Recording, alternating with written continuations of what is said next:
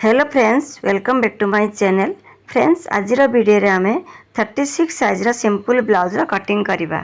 Friends, simple blouse मेन हूँ pleat जदि आप ठीक भाव में पकेबे ताले आपन ब्लाउज टी परफेक्ट फिटिंग हम। जदि आप प्लीट टी न पकेबे ठीक भाव में ताले आपन ब्लाउज टी केबे भी फिटिंग भल आसबनी। प्लीट पकेबार सठिक नियम टी कौन ताहा आज आम वीडियो शिखा। आपण मैंने वीडियो को शेष जाए देखूँ। जदि आप वीडियो भल लगे वीडियो को लाइक शेयर निश्चय करदे। चैनल को जदि सब्सक्राइब करना चैनल को सब्सक्राइब करदे।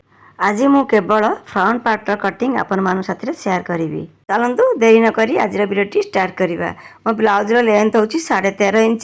से 1.5 इंच प्लस करी और 15 इंच मु लेंथ मार्क करी। शोल्डर पर मार्क करी मु 5.5 इंच रे। आर्म होल पर मार्क करी मु 5.5 इंच रे।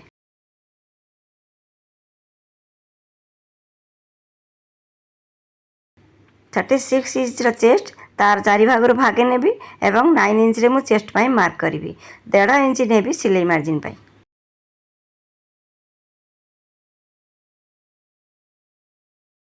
भीतर पटे मु हाफ इंच रे मार्क करी एवं तेरछा लाइन टे टाणी देबी।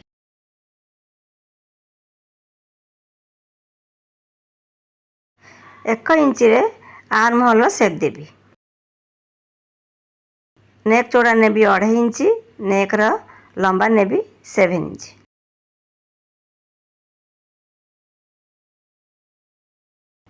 एवं नेक पाई राउंड शेप दे देबी। 30 इंच अंटार चारि भाग भागे नेबी एवं 7.5 इंच रे मु अंटा पाई मार्क करी। 1 इंच नेबी डॉट पाई। 1.5 इंच नेबी सिलाई मार्जिन पाई। एबे सिलाई मार्जिन पॉइंट साथे सिलाई मार्जिन पॉइंट को मिसई देबी एवं फिटिंग पॉइंट साथे फिटिंग पॉइंट को मिसई देबी। कांदर मझी रे मु इंच टेप रखी एवं बस्ट पॉइंट पाई मार्क करी। बस्ट पॉइंट नेबार सठिक नियम टे है जहाँ आपन चेस्ट थिबो ताकू चारि भाग करिवे। गोटे भाग रे 1.5 इंच प्लस करी बस्ट पॉइंट पाई मार्क करिवे। मोर 36 चेस्ट चारि भाग भागे 9 इंच होची। 9 इंच रे मु 1.5 इंच प्लस करी 10.5 इंच रे मु बस्ट पॉइंट पाई मार्क करी। एबे एई पॉइंट रु 1.5 इंच दूर रे मु 4टा प्लीट पाई मार्क करी।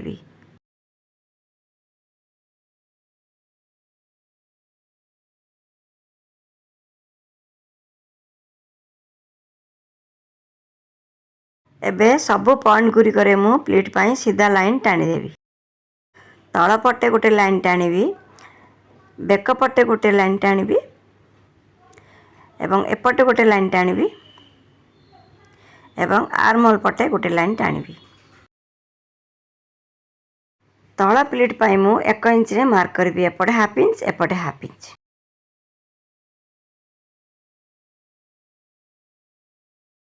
आउ 3टा प्लीट पाई मु हाफ इंच रे मार्क करी।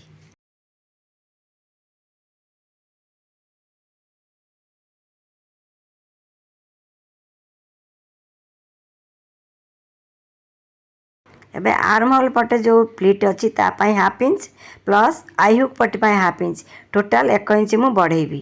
जदि काख पाखर 1 इंच न बढ़ेबी तारे ब्लाउज टी फिटिंग कला परे टाइट हो जिवो।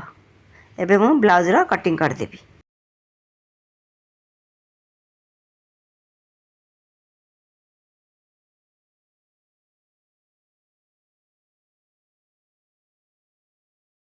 फ्रेंड्स, वीडियोटी आपको केमती लगिला कमेंट माध्यम रे निश्चय जणेबे। वीडियोटी पूरा देखिया पई बहुत बहुत धन्यवाद। आज वीडियोटी को मु एठी रखुची। पुनी गोटे नुआ वीडियो रे आपन मन साथी रे देखा हबो।